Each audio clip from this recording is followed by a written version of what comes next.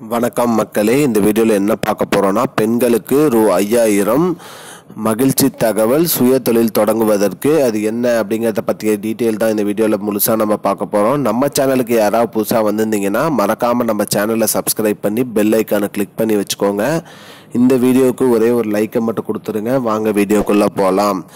பெண்களுக்கு ரூ.5000 அது என்ன அப்படின்னு பார்த்தீங்கன்னா, இந்தியாவில் பார்த்தீங்கன்னா பெண்களுக்கு நிறைய திட்டங்கள் அறிவிச்சிட்டு வராங்க.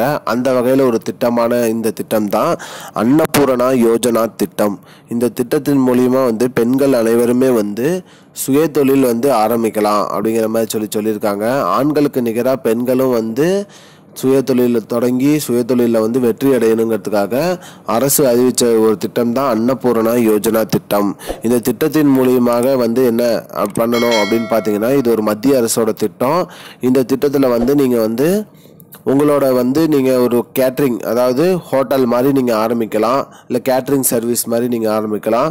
அதற்கான அந்த பாத்திரம் வாங்குவது, பொருள் வாங்குவது, டேபிள் சேர் வாங்குறது, அதற்கான பொருட்களுக்கு அனைத்துக்குமே பார்த்தீங்கன்னா 50,000 ரூபா வரைக்கும் கடன் வசதி பண்ணி கொடுக்குறாங்க. அதன் மூலிமா நீங்கள் ஒரு கேட்ரிங் சர்வீஸோ இல்லை ஒரு ஹோட்டலோ நீங்கள் ஆரம்பிக்கலாம் அப்படிங்கிற மாதிரி சொல்லியிருக்காங்க.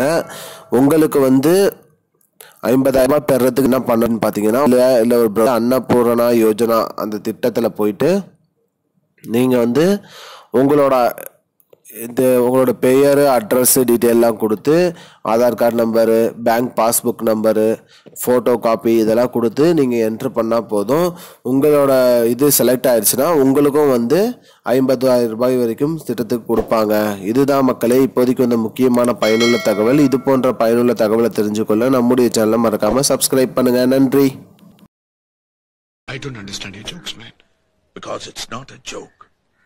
முன்ன பின்ன தெரியாத ஒரு பையனுக்காக விடுற அந்த மனசு இருக்க, அதான் கடவுள்.